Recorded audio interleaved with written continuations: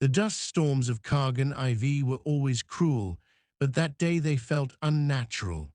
The orange haze hung low across the horizon, smothering the Imperial settlement like a funeral shroud. The hab blocks, once orderly in the way only the administratum demanded, now leaned and sagged, their ferrocrete walls streaked with black soot. Shattered windows stared out like the hollow eyes of corpses. Sergeant Callows of the 117th Cadian Recon Company moved silently through the streets with his squad, lasgun braced tight against his shoulder. His boots crunched on something brittle. He looked down. It was a femur gnawed at one end. "Emperor preserve us," whispered Trooper Wren, his voice trembling. "Quiet," Callows snapped. His eyes swept the shadows of the alleyways. The Vox had gone dead 3 kilometers back. Auspex scanners showed only static. Something was here, something that stank of blood and oil. The settlement had been home to 5,000 souls, miners, manufactorum workers, and a few scattered imperial clergy. They were gone now, not simply killed, but erased. There were no bodies in the streets, no neat rows of corpses like the work of heretics or traitor guard. There were only bones. Piles of them. At the base of the administratum building, dozens of rib cages were stacked like kindling. Skulls with cracked jaws were piled neatly, still wearing scraps of flak helmets. Arms and legs, stripped clean, had been thrown in heaps. The guardsmen stopped, staring at the grisly trophies. Trooper Ilias gagged. "What kind of monster does this?" Callows didn't answer. He knew, every soldier of the guard knew. He fought them before on distant Grendax Prime. He still remembered the laughter, the roar of their crude engines, the stench of their sweat and blood. "Orks!" He raised his hand in a silent signal. The squad moved on, nerves taut. The settlement's main avenue stretched ahead, flanked by rusted manufactorums. The wind carried a faint noise. At first, it was only a low rumble. Then it grew. Drums! They beat a savage rhythm, out of time, too loud, echoing through the empty streets. The sound bounced between the walls, growing louder with every step.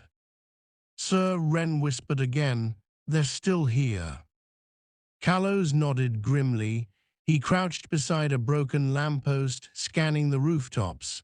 Crude glyphs were daubed across the ferrocrete in thick black paint, teeth, fists, jagged suns, orc marks, fresh. The beasts weren't just here, they were thriving. Then he smelled it. The scent drifted on the wind, greasy, sweet, unmistakable, cooked flesh. His stomach turned, bile rising in his throat. He forced himself forward, signaling the squad. Eyes sharp, weapons ready. The guardsmen crept deeper into the settlement. They passed an open hab door. Inside, a family's dinner table lay overturned, food spilled across the floor, cutlery rusting in dried blood. On the walls were scratches, fingernail marks, where someone had tried to claw their way out. The squad pressed on. The sound of drums grew louder, accompanied now by voices, deep, guttural roars, barking laughter, and the unmistakable sound of bones cracking. The plaza lay ahead, just beyond a towering manufactorum. Its smokestacks were shattered, bent like broken spears. Callows raised a hand. The squad took cover at the manufactorum's edge. From there, they could see into the plaza. And what they saw froze their blood. At least 24 orcs squatted around massive bonfires. Their crude armor was splattered with gore, their tusked mouths slick with fat. Human bodies, Imperial citizens, guardsmen, even children were skewered on iron spits, roasting slowly over the flames. The smell of charred flesh rolled across the square, thick and suffocating. The orcs tore into the meat with their claws, ripping arms free and devouring them whole. One boy smashed open a rib cage and slurped out the innards, tossing bones aside like scraps. Another grabbed a still screaming prisoner, laughing as he bit the man's head clean off. Around the fires, cages had been stacked, filled with more captives. Pale, terrified faces peered out from behind iron bars. The orcs jeered at them, waving severed limbs in mockery. At the center of it all sat the war boss. He was massive, easily twice the height of a man, with slabs of muscle encased in jagged plates of armor welded together from tank wreckage. A necklace of human skulls hung around his neck, and in his hand he held a guardsman's leg like a drumstick. He tore into it with relish, fat dripping down his tusks. The war boss bellowed a roar that shook the plaza. "WAGH, this is the best meat I ever had. Hummies is tasty when you roast, good." The boys erupted in laughter, banging on drums made from hollowed-out torsos. Gretchen scurried about, carrying platters of roasted flesh and pouring crude fungus beer into helmets to pass around. The guardsmen stared in silent horror.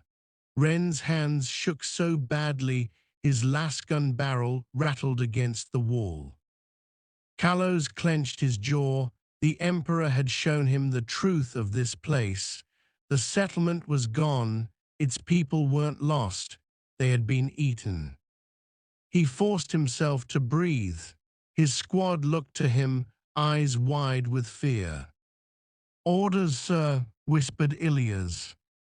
Kalos' voice was low and cold. "We wait, we watch, and when the time comes," he swallowed, tasting bile, "we make them pay." But in his heart, he knew the truth. The green tide had come to Kargan IV, and there would be no survivors. The drums of the orcs echoed across the ruined settlement, their savage rhythm pounding like a second heartbeat inside Sergeant Kalos' skull. The fires roared higher in the plaza, turning the night sky a hellish orange. Sparks drifted into the air like the souls of the dead, carried upward only to vanish into the choking smog. The smell was the worst of it. Every guardsman had smelled burning flesh before. On warfronts across the Imperium, battlefields became charnel pits, bodies reduced to ash by flamers or promethium. But this was different. This was not the impersonal stink of war. This was cooking, deliberate, cruel. The orcs had turned slaughter into a feast, and the sweet, greasy aroma clung to everything, seeping into the armor, the throat, the lungs. Trooper Ren gagged again, muffling the sound behind his rebreather. His eyes watered. "Emperor's teeth, it smells like a feast day back home only." "Shut it," hissed Kalos, his voice razor-sharp. "Keep your head." But the truth was, Ren wasn't wrong. The smell carried something foully domestic, like roast groks or a market stall selling charred meat sticks. That familiarity made it worse. It made it impossible to separate the horror from memory, twisting nostalgia into revulsion. The squad crouched in the shadow of the Manufactorum wall. They dared not move closer yet. The plaza was alive with orcs, and though the greenskins were more interested in their grisly meal than in patrol. Every guardsman knew that orcs had an uncanny sense for prey. A laugh too loud, a weapon clanging against stone, even a stray cough could bring the horde down on them. Trooper Ilias whispered, his voice taut with fear. Why do they do it? Why eat them? Private Sierra, the youngest of the squad, shook her head, eyes wide. They don't need to. They've got supplies stolen, looted. They don't need. It's Orks, interrupted Callows grimly. His eyes never left the bonfires, where the warboss continued to gnaw on human remains. They don't need a reason. For them, everything is war. Killing, eating, breaking, it's all the same. It's all the WAGH. The word hung heavy in the air, carrying with it the weight of memory. Every guardsman knew the legends of the green tide, hordes of orcs so vast they blotted out the stars, worlds consumed in waves of violence. To see it here, reduced to something as intimate and grotesque as cannibal feasting, was worse than the stories. It was personal. A scream tore through the night. Every guardsman flinched, weapons snapping up, but the sound had come from the plaza, from the cages. The orcs dragged another prisoner into the firelight, a man in torn miner's overalls. His skin was pale from weeks in captivity, his eyes sunken, but he fought like a cornered animal, clawing and kicking. The boys roared with laughter. One swung a meaty fist, shattering the man's jaw and sending teeth scattering like pebbles. Another yanked his arm back so hard the shoulder snapped. They threw him onto the crude spit above the fire. The squad watched in silence, helpless. The man's screams grew shrill, echoing off the empty hab blocks. He writhed as the flames licked at his flesh, skin blistering, hair catching fire. The orcs jeered, banging on their bone drums, the rhythm accelerating with each tortured shriek. Finally, the warboss raised a clawed hand, and the mob hushed. The boss ripped the man from the spit, half-cooked, still screaming. Then he bit deep, tearing a strip of blackened flesh from the prisoner's side. The screaming ended in a wet gurgle. The orcs erupted in applause. Trooper Wren broke. He vomited violently, clutching his stomach as bile splattered across the dust.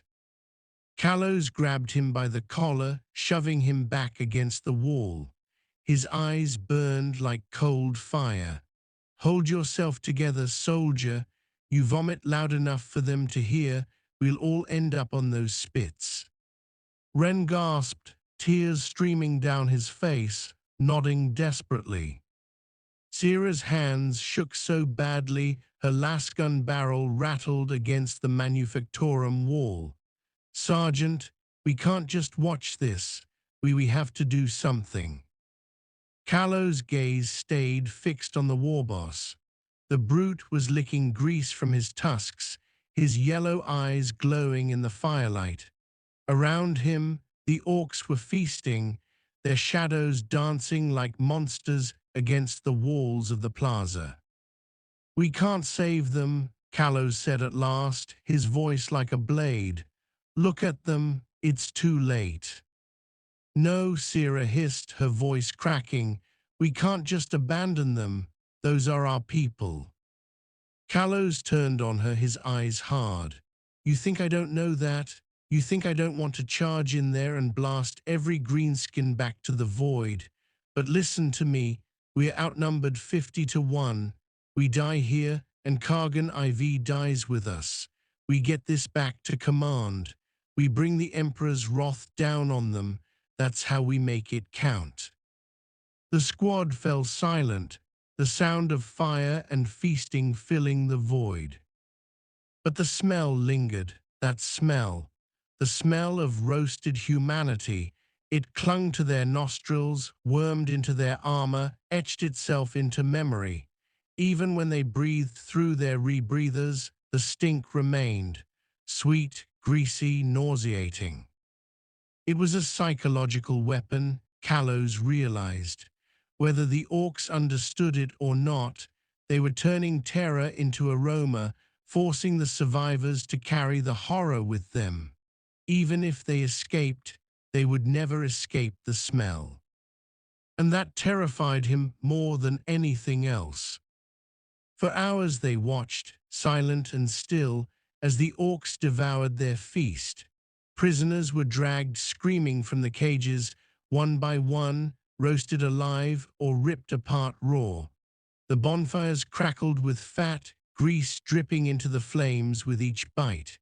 Gretchen scuttled about gathering bones, piling them neatly into grotesque towers. Every shriek, every crunch of bone, every burst of mocking laughter carved itself into the guardsmen's souls. When at last the fires began to dim and the orcs slumped into drunken stupors, their crude mugs filled with fungus brew, Callows made his decision. He gestured for his squad to pull back. They moved in silence, every step a prayer to the Emperor. The plaza shrank behind them, but the smell followed, hanging heavy in the night air. By the time they reached the edge of the settlement, the stars had begun to pierce the smoke-choked sky. The guardsmen collapsed behind a ruined wall, gasping for breath, some weeping quietly. Callows remained standing, staring back toward the glow of the plaza, his fists clenched tight around his lasgun. He knew the truth now. The orcs weren't raiding, they weren't passing through. They were here to stay.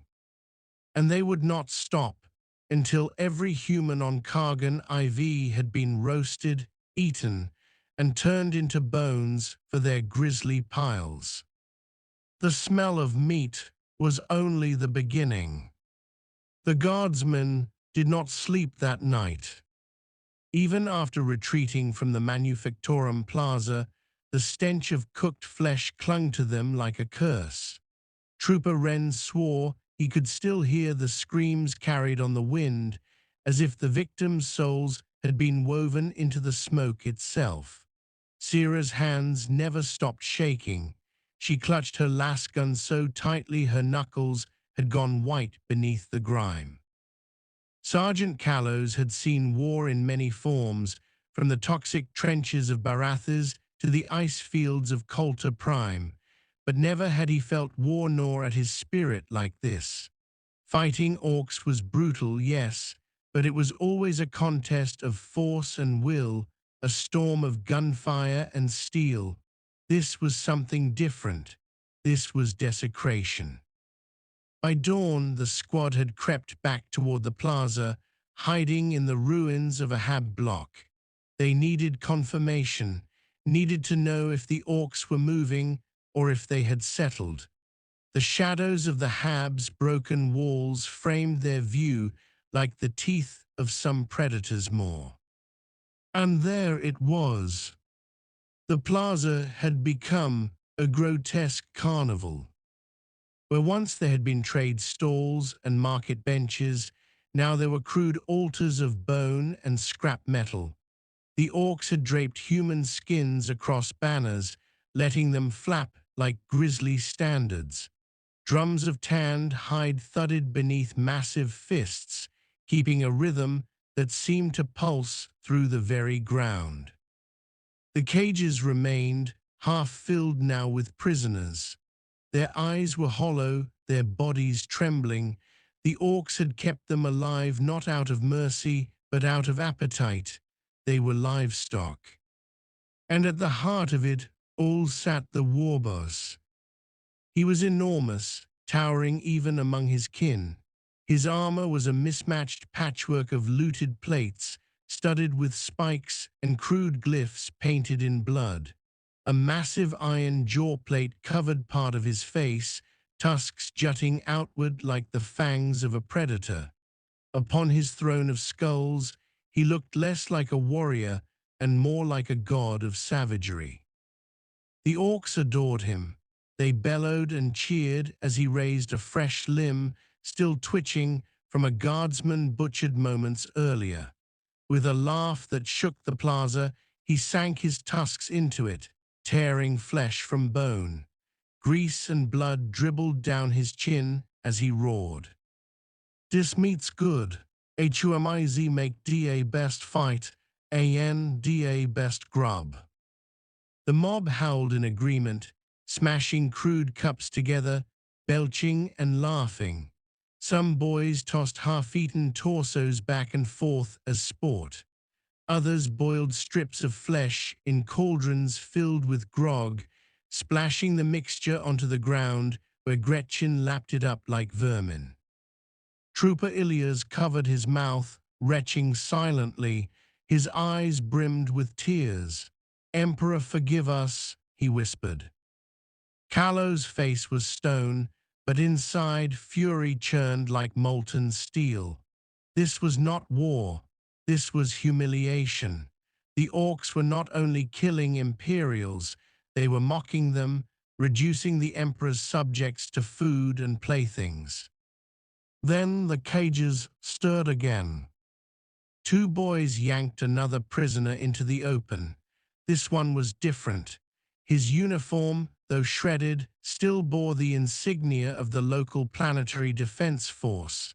He was young, barely more than a boy, with bruises covering his arms and legs. He fought, but weakly, malnourished, and exhausted. The Orks cheered as he was dragged to the war boss. The boy's eyes darted across the plaza, locking on the guardsman's hiding place for a fleeting second. Callows felt his gut twist had the boy seen them. The war boss leaned forward, examining his meal. Then he grinned, tusks glistening. "Look at this one, GOT fightin' I am still, HEH, gonna taste nice AN spicy." The crowd roared. The boy screamed, thrashing wildly now. He shouted words that were lost in the din, but Callows thought he recognized them, for the Emperor. The war boss seized him by the torso, lifted him high into the air, and bit down. The sound was wet, sickening. The boy's scream ended instantly. The Orks erupted in laughter, stomping and clapping. The war boss tore another chunk from the corpse, tossing the remains into the crowd. They fought over it like starving hounds. Callow's squad could take no more. Syrah's sobs escaped before she could stop them, a tiny whimper in the chaos. Ren gripped his lasgun so tightly his hands shook. Ilias muttered prayers under his breath, his voice trembling. Callows pressed a finger to his lips, glaring, but inside, his restraint was splintering. Every second they watched was another wound carved into their souls. And then the Orks dragged another prisoner forward. This one a woman, middle-aged, her face streaked with dirt and tears. She begged in a broken voice, pleading for mercy for her children. That was when Trooper Ren snapped. "No more," he hissed, raising his lasgun. "Stand down," Callows snarled, grabbing for him. But Ren had already fired. A crimson beam lanced across the plaza, striking an Ork square in the chest. The brute collapsed, roaring in pain. For one heartbeat, silence fell. Then the plaza exploded into chaos. The Orks respond. Dozens of boys bellowed in excitement, not fear. To them, this was no ambush. This was entertainment. DAHUMIZ are here. More meat, FERDA fire. Weapons were raised, choppers, cleavers, rusted chains. Some boys hurled chunks of half-eaten flesh toward the guardsmen's hiding place, laughing as the meat slapped against walls. Others barreled forward, their massive boots pounding like war drums. Callows cursed, yanking Ren backward. Fall back, fall back. But it was too late. The orcs surged toward the hab block, their roars echoing across the settlement. The plaza became a storm of sound, the drums beating faster, prisoners screaming, orcs laughing and bellowing. Fires flared as fat dripped into them, casting shadows that seemed to chase the guardsmen as they ran. Lasgun beams slashed through the smoke, dropping a few of the boys, but for every orc that fell, 3 more charged. The guardsmen sprinted through shattered streets, hearts hammering, lungs burning. Behind them came the thunder of the green tide. For the orcs, this was not pursuit, it was a hunt, and hunts always ended with a feast. The night erupted with fire and thunder. Trooper Wren's last bolt had been the spark, and now the entire settlement burned with the fury of awakened orcs. The plaza that had once been a grotesque banquet was transformed into a battlefield, though to the orcs there was little difference. To them, it was all the same, killing, eating, roaring, celebrating. The guardsmen scattered through the ruins, their lasguns snapping like angry insects. Red beams cut through the smoke, searing flesh and dropping a handful of boys, but the tide was unstoppable. Orcs did not break under fire. They surged forward with laughter and howls, every death only feeding the frenzy of their kin. "Keep moving," Sergeant Callows bellowed, his voice cutting through the chaos. He dragged Wren by the collar, shoving him toward a shattered alley. "You wanted to play hero. Now run or you'll end up on their spit." Wren stumbled, eyes wide with terror, the weight of his mistake pressed down heavier than his lasgun. I had to, Sarge, they were." "Save it," Callows snapped, firing a bolt that scorched the face off a charging grot. "You doomed us all."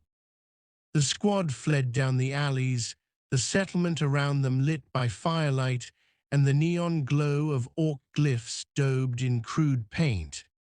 Every corner seemed alive with the thunder of boots and guttural laughter. Trooper Sierra gasped, her voice cracking. "They're everywhere. Emperor help us, they're everywhere." And she was right.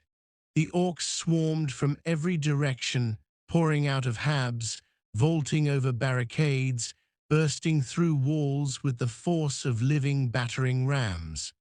They were drunk on blood and grog, roaring with excitement at the promise of new prey. A knob barreled toward them, cleaver raised high.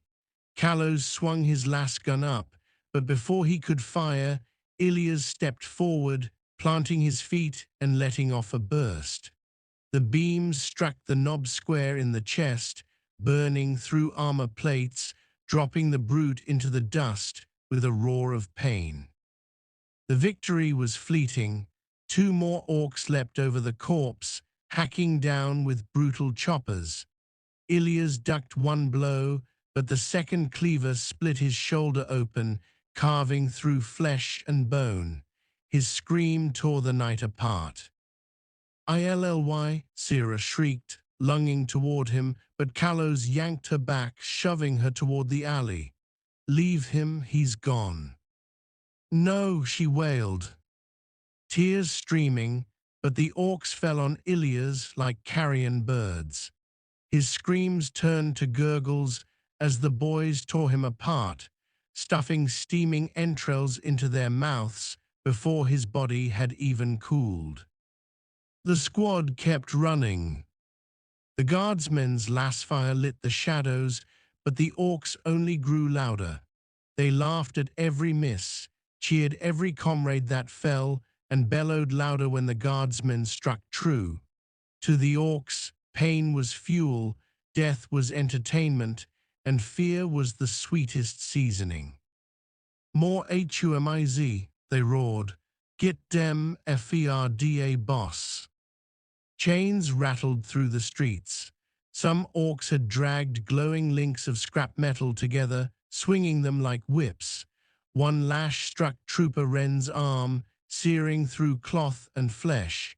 He screamed, stumbling as the chain coiled around him. The orc yanked, pulling him off his feet. Kalos spun, firing 3 bolts into the orc's chest. The brute stumbled, bellowing, but didn't fall. Instead, he roared with delight, wrapping the chain tighter. "This one's mine, fresh HUMIE stew." Ren howled, thrashing.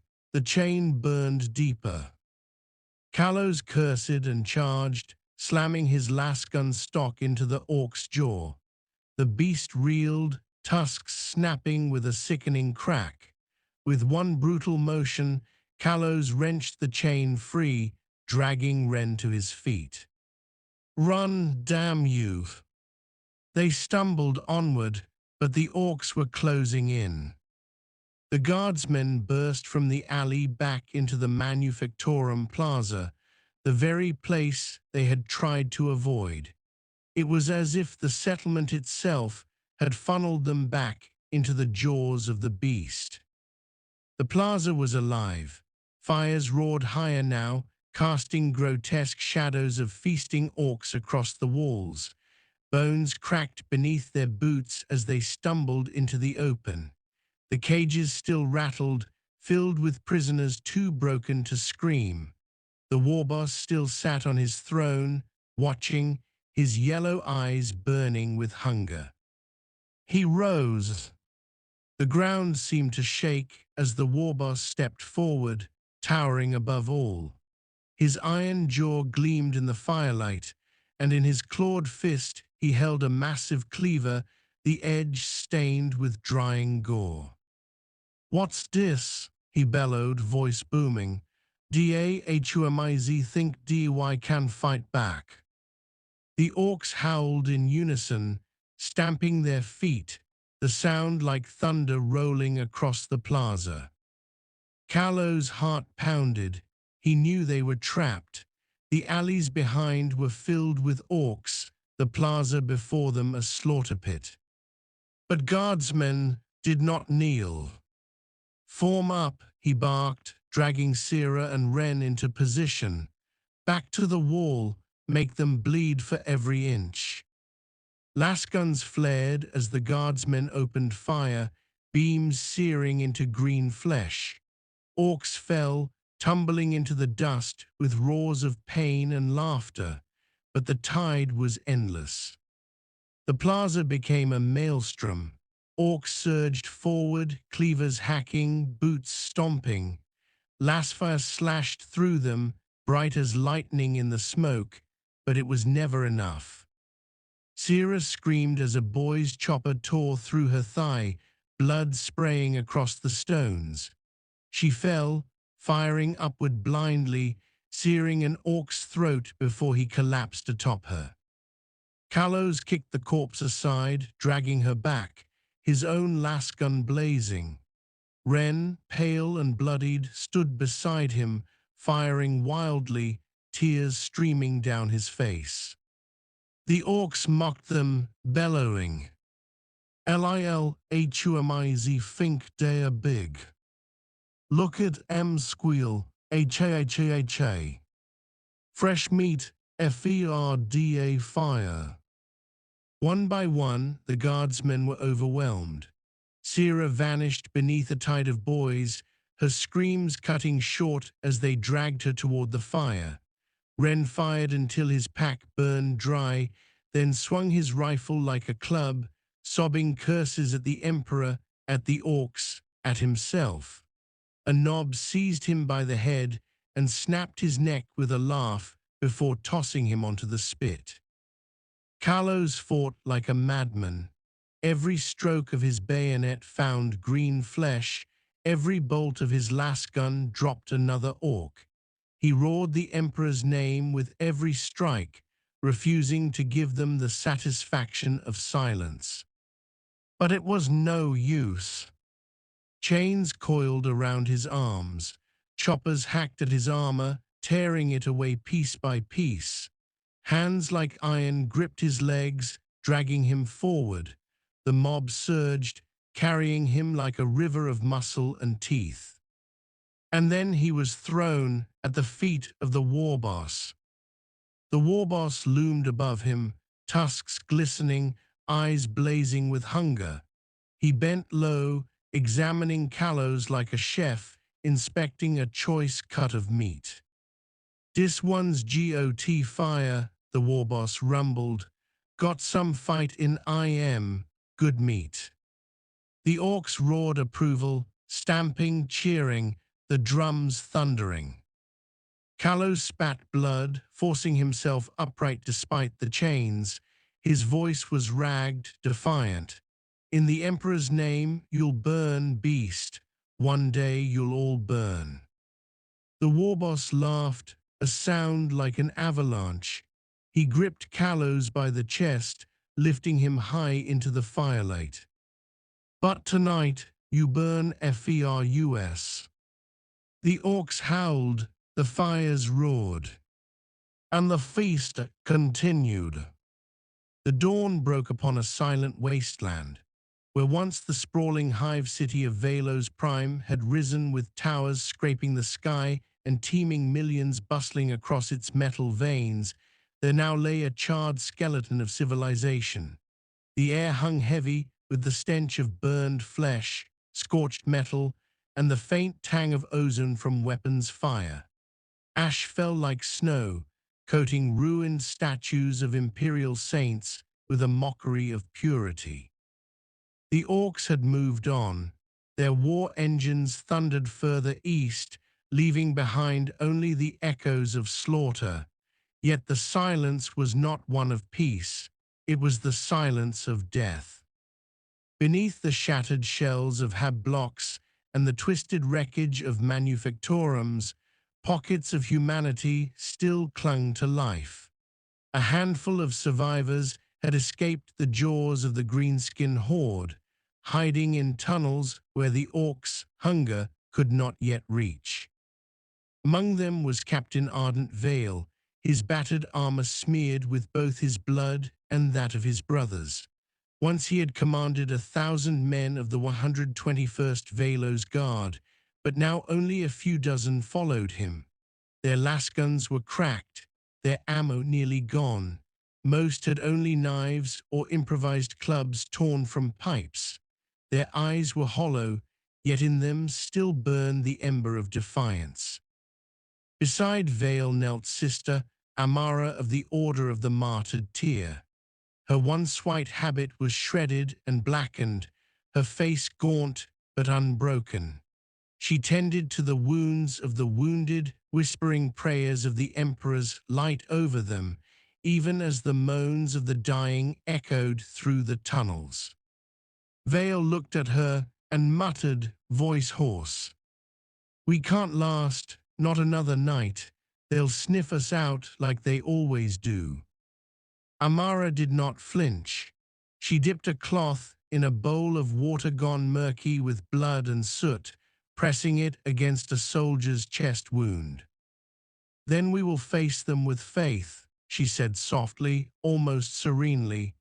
"Better to be devoured in defiance than to wither in hiding." Above them, the greenskins reveled. The orcs had not come to Velos merely to conquer, they came to feed. The warboss known as Gorak, the Bone-Eater, sat atop a mountain of broken masonry, gnawing the ribcage of a still-twitching guardsman like it were a boar's haunch. His tusked maw dripped with gore, his laughter booming like a cannon. Around him, mobs of orcs feasted with animal abandon. They cracked skulls open with their fists, slurped marrow from femurs, and roasted flayed corpses over makeshift pyres that burned with promethium. Squigs yapped and tore at intestines, fighting for scraps with orc youths who had not yet earned the right to the choicest cuts. Each bite fueled the warg. The orcs grew louder, meaner, more frenzied. Their guttural chants rose like a drumbeat of doom. WAGH, WAGH, WAGH. The city itself seemed to shudder beneath their hunger. Captain Vale knew their time was near.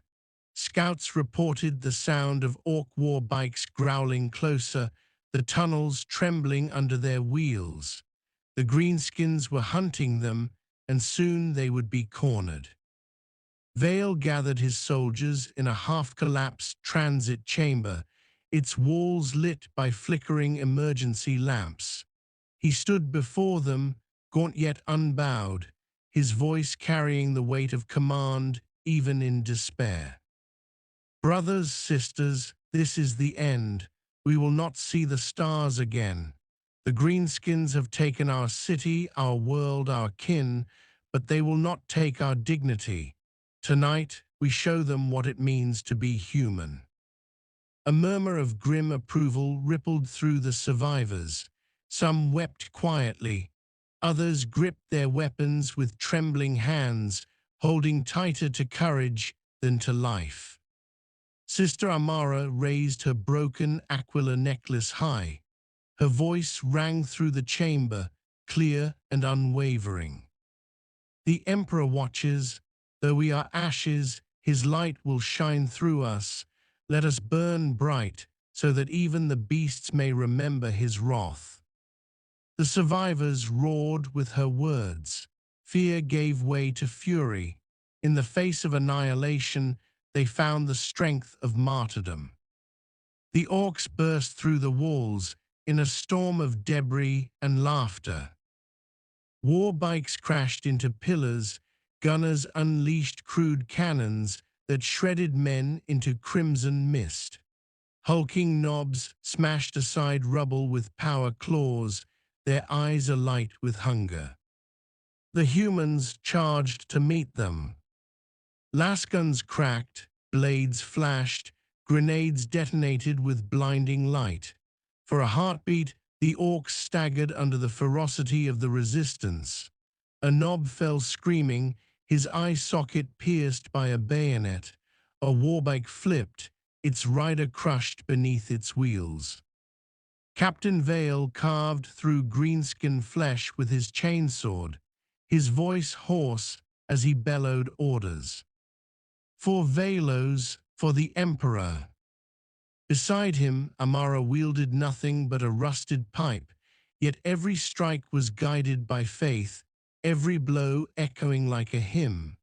When an orc clawed at her, she spat into its face, eyes burning with holy defiance, before driving the jagged pipe through its throat. The tunnels became a furnace of blood and fire. But courage could not withstand numbers. For every orc that fell, 10 more pushed through the breach. The survivors were torn apart piece by piece, their screams drowned in the roars of the greenskins. Vale fought until his chainsword's teeth were clogged with gore, until his arm could no longer lift the blade. At last, Gorak the Bone Eater himself thundered into the chamber, towering over the humans like a living mountain of muscle and scars. The warboss swung his claw, smashing men into pulp with a single blow. His laughter shook the walls as he bellowed. "This one's mine." He lunged at Vale, claws snapping shut. Vale dodged, plunging his chainsword into Gorak's gut, but the warboss only roared in delight. With a sickening crunch, the claw closed around Vale's torso, crushing armor and bone alike. Blood sprayed across the walls as Vale's scream echoed one final time. Gorak tore him in half, raising the pieces high above his mob. "Human tastes best when DEY fight back," he roared, before devouring the remains before his warriors. Sister Amara was the last. Her body broken, her habit torn, she crawled toward the Aquila she had dropped amidst the carnage. Her fingers closed around it, even as an orc's boot pressed down on her spine. Gorak loomed over her, his maw dripping with Vale's blood. "What's dis? A humie still breathin', you's got spirit, I'll give you dat, but it won't save ya." Amara raised her head, blood streaming from her mouth. She whispered one last prayer, her voice barely audible. Emperor, let my death be my weapon. With her final strength, she plunged the Aquila's broken edge into her own throat. Blood spilled across the ground, forming a crude symbol of the Imperium. The Orks jeered, mocking her sacrifice, yet even in their laughter, a strange silence followed. For though the greenskins feasted, though the humans were no more, the Aquila's blood-stained mark remained, etched into the stone like a scar that would never fade. Velo's prime was gone, its people devoured, its defenders slain, its faith extinguished in fire.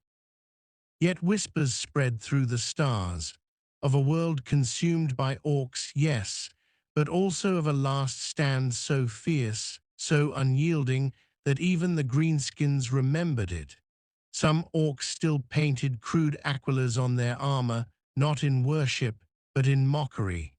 Yet in their very mockery, they carried the memory of the humans who refused to die quietly. In the cold silence of the void, the Emperor's light flickered faintly, carried not in triumph, but in defiance. For even in death, mankind had not been broken.